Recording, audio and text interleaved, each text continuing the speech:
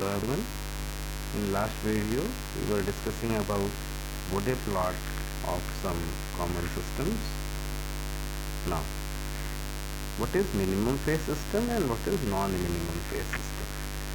When we talk about stability, and if any pole or zero is in the right half of the S-plane, then the system is called non-minimum phase system. And if no any pole and zero lie in the right half of the S-plane, then the system is called minimum phase system, right? एक भी पोल या zero अगर आपके right half of S plane में नहीं है तो system क्या कहलाएगा? Minimum phase system. और हम जानते हैं कि ऐसा सिस्टम हमेशा ही स्टेबल होगा। नॉन मिनिमम फेज सिस्टम क्या होगा?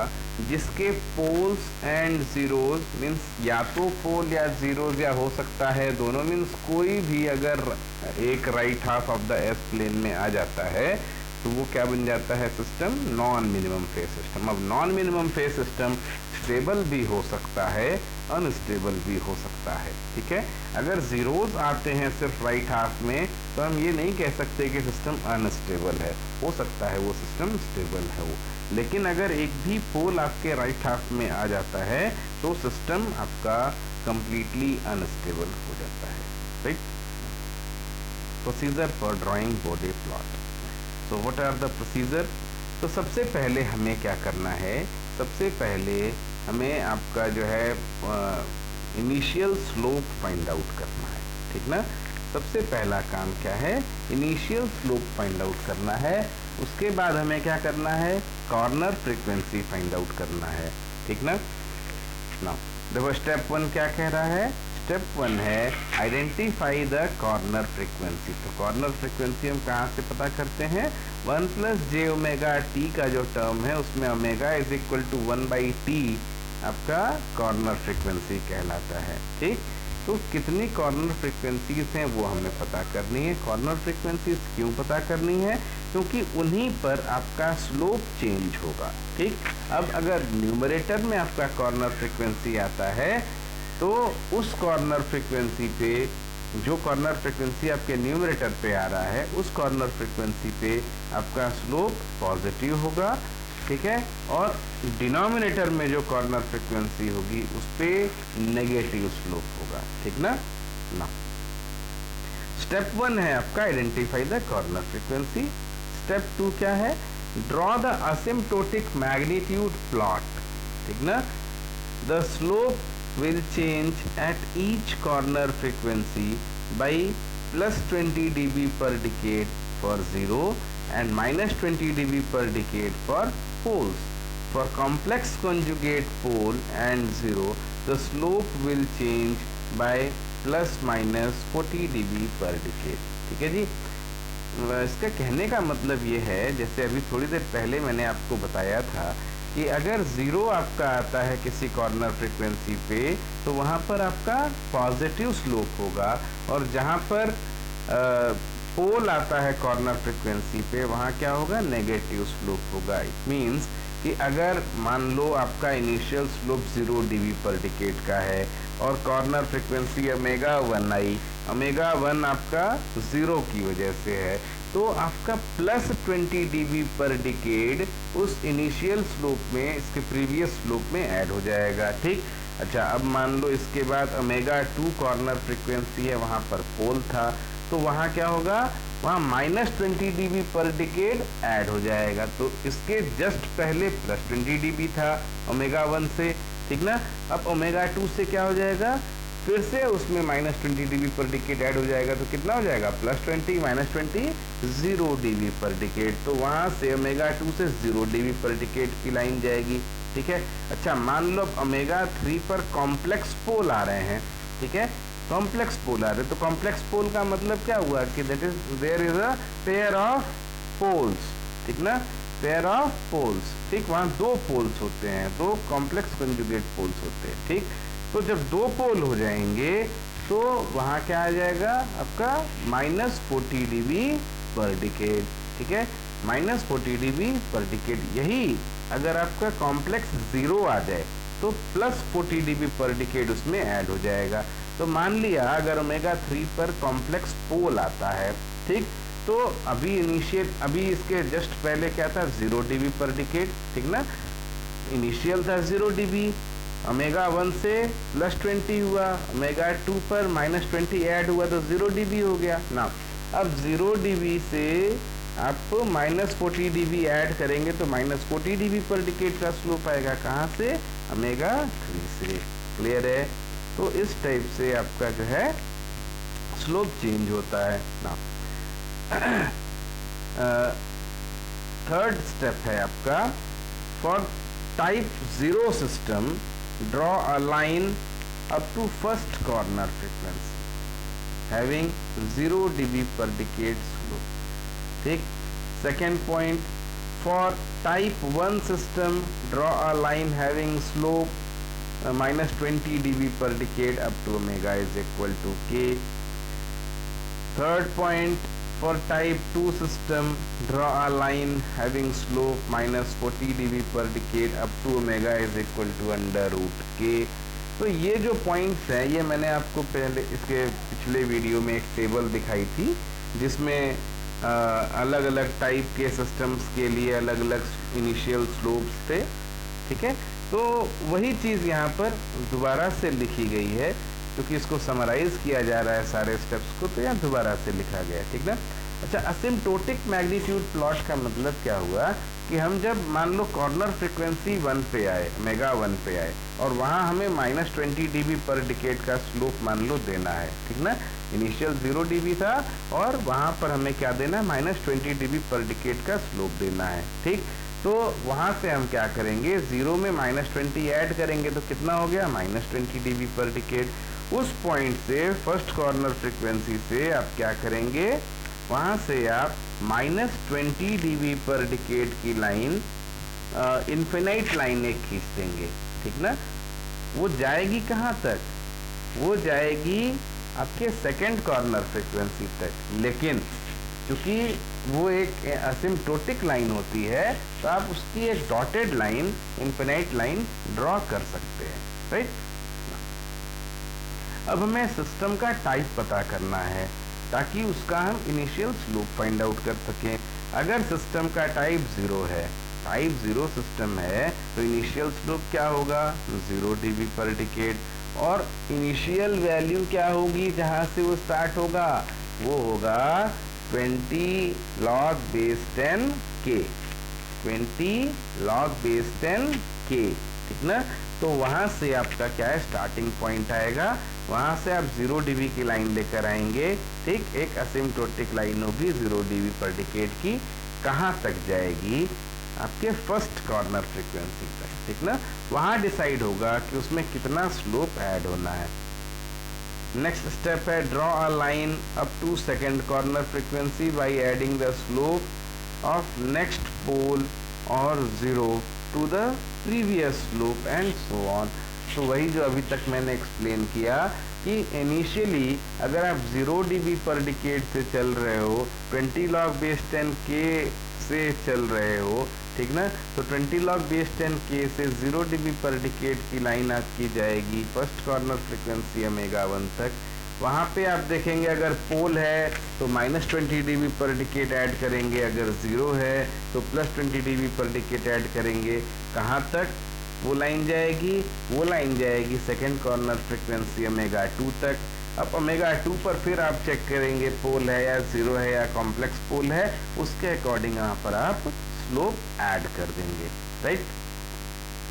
फिफ्थ स्टेप क्या है, calculate phase angle for different values of omega and join all points. तो जैसे हम लोग कर रहे थे अभी 1/j ओमेगा पावर n और 1/1 प्लस j ओमेगा t, इस टाइप के फंक्शंस का हम कर रहे थे, तो उसमें हम क्या कर रहे थे, हम उसको एक्सपेंड करके और फिर ओमेगा की वैल्यू एक बार 0 और एक बार इन्फिनाइट पुट करके, means omega t much less than 1 and omega t much less than greater than 1, ये दो कंडीशन लेकर हम चल रहे थे ना। तो अगर हम ये कंडीशन न भी लेकर चलें, मैंने वहीं पर आपको कहा था कि आप अगर, ये तो असम्पशन है, आप क्या करना, आप एक एक वैल्यू ले लो ओमेगा की, मीन्स कुछ कुछ डिस्टेंस की वैल्यू ले लो और उस पर आप अपना एंगल फाइंड आउट करके उन पॉइंट्स को मिला दो, ठीक है। जैसे एक एग्जांपल है आपके सामने, देखिए एग्जाम्पल में आपको दिया हुआ है GSHS is equal to 4 divided by S into 1 plus 0.5S multiplied by 1.0.08S, right. ये आपका क्या है, एक ओपन लूप ट्रांसफर फंक्शन है, इसका आपको बोडे प्लॉट ड्रॉ करना है, ठीक ना। तो कैसे करेंगे, तो उसके लिए हम क्या करते हैं, हम सबसे पहले उसको j ओमेगा में कन्वर्ट कर लेते हैं, ठीक, साइनोसॉइडल स्टेडी स्टेट में ले आते हैं। तो आपका जो k है यहाँ पर आप देखिए k की वैल्यू क्या दिख रही है, 4। अच्छा, एक चीज़ ध्यान देना, इस क्वेश्चन में यहाँ पर 1 plus 0.5S and 1 plus 0.08S दिया हुआ है। कई बार आपको क्वेश्चन में 2 प्लस 0.5S या 5 प्लस 0.2S इस टाइप का दे सकता है, ठीक ना। तो आपको उसको 1 प्लस जे ओमेगा टी या 1 प्लस एस टी के फॉर्म में ही कन्वर्ट करना है, 1 प्लस ए एस के ही फॉर्म में रखना है, कोई और फॉर्म नहीं रखना है, ठीक। आपको हमेशा उसको 1 प्लस एस टी का फॉर्म रखना है। अगर वो 2 प्लस है या 5 प्लस है तो आप वहाँ से 2 और 5 को कॉमन कर लें और फिर जो ऊपर वाली वैल्यू है उसमें डिवाइड कर दें, तब आपका k कैलकुलेट होगा, क्लियर है, तब आपका k कैलकुलेट होगा, अदरवाइज नहीं कैलकुलेट होगा, गलत आ जाएगा। तो k कितना आया यहाँ पे, 4 गिवन है, ठीक ना। टाइप ऑफ द सिस्टम 1 है, तो हम जानते हैं टाइप 1 सिस्टम है तो इनिशियल स्लोप क्या होगा, इनिशियल स्लोप होगा आपका -20 dB पर डिकेड, और वो जो स्लोप होगा वो 0 dB वाले लाइन को कहाँ कट करेगा, omega is equal to k पर, ठीक है, कहाँ कट करेगा, omega is equal to k पर, ठीक। तो अब देखो कॉर्नर फ्रीक्वेंसीज हम फाइंड आउट करेंगे। कॉर्नर फ्रीक्वेंसी, पहली कॉर्नर फ्रीक्वेंसी आती है omega is equal to 1/t से ना, तो 1/0.5 कितना आ गया, 2 रेडियंस पर सेकेंड। यहाँ से क्या आ जाएगा, 1/0.08 मीन्स 12.5 रेडियंस पर सेकेंड, ठीक है। तो ये दो कॉर्नर फ्रीक्वेंसीज आ गई। इन दोनों कॉर्नर फ्रीक्वेंसीज पर अब आपका स्लोप चेंज होगा। इनिशियल स्लोप क्या है, -20 dB पर डिकेड। तो देखो कैसे बना है, देखो -20 dB पर डिकेड की लाइन आपकी आनी है, ठीक ना, और वो कहाँ कट करेगा, आपके 0 dB वाले लाइन को omega is equal to k means 4 पे। तो आप देखिए ये डॉटेड लाइन आ रही है, 4 पे आ रही है डॉटेड लाइन, ठीक ना। इसी को हमने जब सीधा किया तो ये आपका -20 dB पर डिकेड की लाइन बनती है, ठीक है जी। तो ये जो -20 dB पर डिकेड की लाइन है ये आपके 0 dB वाले लाइन को कहाँ इंटरसेक्ट कर रही है, 4 पे। एक्सटेंड करने पर कहाँ इंटरसेक्ट कर रही है, ओमेगा इज इक्वल टू 4 पे, ठीक। लेकिन ये एक्चुअली जाना कहाँ तक है इस लाइन को, -20 dB पर डिकेड की लाइन को, omega is equal to omega 1 तक, 2 रेडियन पर सेकेंड तक। तो ओमेगा इज इक्वल टू 2 तक हमने क्या किया है, -20 dB पर डिकेड की लाइन को डार्क कर दिया है, ठीक है। अब यहाँ से स्लोप चेंज होगा, तो यहाँ क्या है, पोल है, पोल है तो फिर क्या ऐड करेंगे, -20 dB पर डिकेड। पहले भी -20 था, फिर -20 ऐड कर दिया, कितना हो जाएगा, -40 dB पर डिकेड, ठीक है। तो -40 dB पर डिकेड की लाइन यहाँ से आई, तो यहाँ से फिर हमने एसिम्प्टोटिक लाइन ड्रॉ कर दिया, इन्फिनाइट लाइन ड्रॉ कर दिया, ठीक है। वो कहाँ तक जाएगा एक्चुअल में, ओमेगा 2 तक। ओमेगा 2 कितना है, 12.5। देखिए 12.5 से हमने एक पॉइंटेड लाइन ली है, डॉटेड लाइन ली है, ठीक ना। और जहाँ पर ये लाइन डॉटेड लाइन इसको कट करेगी, एसिम्प्टोटिक लाइन को, -40 dB पर डिकेड वाली लाइन को, वहाँ से फिर हम क्या करेंगे, चूंकि एक और पोल ऐड हुआ है तो -20 dB और इसमें ऐड कर देंगे। तो -40 -20 -60 dB पर डिकेड की लाइन आपकी नीचे इन्फिनाइट तक चली जाएगी, ठीक है जी। तो ये तो रहा आपका मैग्नीट्यूड प्लॉट। एंगल प्लॉट या फेज प्लॉट के लिए हम क्या करते हैं, इसका हम एंगल निकालेंगे, फेज निकालेंगे। फेज निकालेंगे तो कैसे निकलेगा, 4 का फेज एंगल 0 ही आएगा, ठीक ना। बाकी सब डिनोमिनेटर में तो माइनस कर दो। माइनस जे ओमेगा का एंगल कितना आएगा 90 डिग्री, इसका कितना आएगा tan इनवर्स 0.5 ओमेगा, और इसका कितना आएगा tan इनवर्स 0.08 ओमेगा, ठीक है। तो इन सारी वैल्यूज को हम क्या करेंगे, माइनस कर देंगे, किसमें से, 0 में से, ठीक है। तो हमारा क्या जाएगा एंगल। अब वहां पर देखो ये एंगल आपका आया -90 minus tan inverse 0.5 omega minus tan inverse 0.08 omega, ठीक है। अब इसमें हम क्या करते हैं, ओमेगा की वैल्यू पुट करते जाते हैं और एंगल फाइंड आउट करते जाते हैं, ठीक ना। तो देखो यहाँ पर इसमें ओमेगा की वैल्यू 1, 2, 8, 10, 20, 50 इतना पुट किया है और इसकी वैल्यूज कैलकुलेट किया है एंगल की, और इसको फिर हम प्लॉट कर देते हैं एज इट इज, वैल्यूज लेकर हम इसको प्लॉट कर देते हैं यहाँ पर। तो ये ऊपर वाला जो प्लॉट है आपका, ये एंगल प्लॉट है, फेज प्लॉट है, और इधर वाला आपका क्या है, मैग्नीट्यूड प्लॉट है, ठीक है। जनरली ये जो 0 dB वाली, जब हम एक ही ग्राफ में, एक ही सेमीलॉग पेपर पे एक ही एरिया में दोनों ग्राफ बनाते हैं, मैग्नीट्यूड और फेज प्लॉट, आप अलग अलग भी बना सकते हैं, हम एक में भी बना सकते हैं, ठीक है।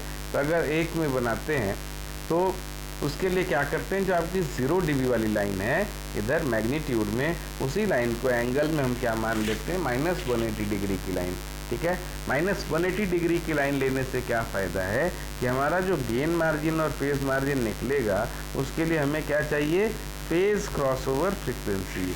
और फेज क्रॉसओवर फ्रीक्वेंसी कौन सी होगी, जहाँ पर आपका फेज प्लॉट -180 डिग्री वाली लाइन को कट करेगा, ठीक है। और गेन क्रॉसओवर फ्रीक्वेंसी कौन सी होगी, जहाँ पर आपका मैग्नीट्यूड प्लॉट 0 dB वाली लाइन को कट करेगा, ठीक। तो हमें क्या करना है, एक इंटरसेक्शन 0 dB वाली लाइन पे चाहिए, एक इंटरसेक्शन -180 डिग्री वाली लाइन पे चाहिए, तो क्यों ना दोनों को सेम कर दें।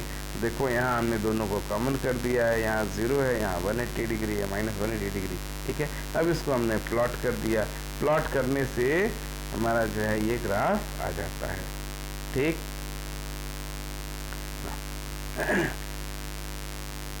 Next is gain margin and phase margin.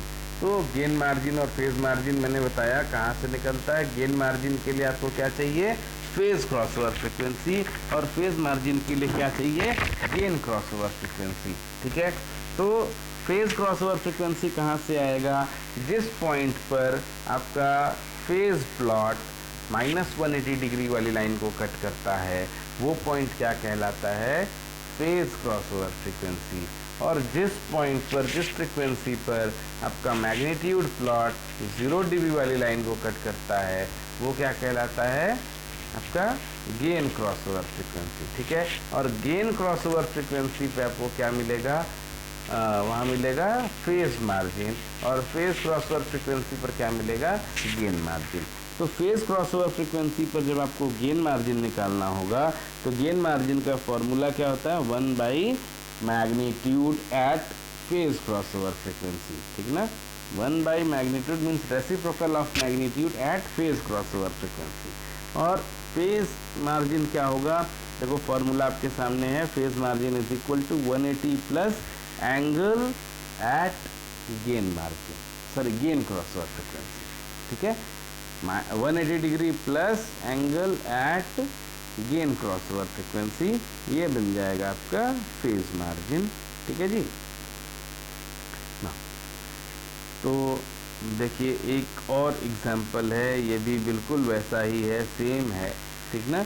यहाँ पर के थोड़ा सा चेंज हुआ है, आपका 30 हो गया है, ठीक। और टाइप 1 ही है अभी भी, ठीक ना, अभी भी टाइप 1 है। तो इनिशियल स्लोप कितना होगा, -20 dB। फर्स्ट कॉर्नर फ्रीक्वेंसी कहाँ पर है, 1/0.5 2 रेडियंस पर सेकेंड। तो 2 रेडियंस पर सेकेंड पर फिर से आपको क्या मिलेगा, -20 ऐड हो जाएगा, तो -20 -40 और दूसरी कॉर्नर फ्रीक्वेंसी जो है 12.5 पे है, तो 12.5 पे आपको एक और -20 मिल जाएगा, तो क्या बन जाएगा, -60 dB पर डिकेड, ठीक है जी। और जो आपका इनिशियल वैल्यू है वो कहाँ पर, जो इनिशियल स्लोप है वो आपके 0 dB वाली लाइन को कहाँ इंटरसेक्ट करेगा, ओमेगा इज इक्वल टू के पर, ठीक। तो omega is equal to K means omega is equal to 30 पर इंटरसेक्ट करेगा और किस स्लोप से करेगा, -20 dB पर डिकेड से। अब इस प्लॉट को हम इजीली प्लॉट कर सकते हैं। तो देखिए यहाँ आपका जो है गेन प्लॉट है, गेन प्लॉट में आपका इनिशियल स्लोप है -20 dB पर डिकेड, 2 रेडियंस पर सेकेंड पर आपका -40 dB पर डिकेड और 12.5 पे -60 dB पर डिकेड। ठीक, ये जो आपका है एंगल प्लॉट, फेज प्लॉट, इसके लिए हमने इसका एंगल निकाल दिया, जैसे पिछले वाले में था बिल्कुल वही एंगल इसमें आएंगे भी, उनको हमने प्लॉट कर लिया। जैसा पिछला एंगल था बिल्कुल सेम इस बार का भी एंगल है। इसमें अब हम क्या करते हैं, फिर से गेन मार्जिन और फेज मार्जिन कैलकुलेट कर लेते हैं। ठीक, तो यहाँ देखो फेज मार्जिन कितना आ रहा है -14 और गेन मार्जिन कितना आ रहा है -9। ठीक, तो क्या कह रहा है, gain margin and phase margin both are negative, the system is unstable. तो सिस्टम स्टेबल कब होगा, जब गेन मार्जिन और फेज मार्जिन दोनों ही पॉजिटिव हो जाएं, तब सिस्टम क्या कहलाएगा, स्टेबल। अदरवाइज हर कंडीशन में सिस्टम अनस्टेबल। ठीक है, बाकी हम अगले वीडियो में कुछ क्वेश्चन सॉल्व करेंगे। ठीक है जी।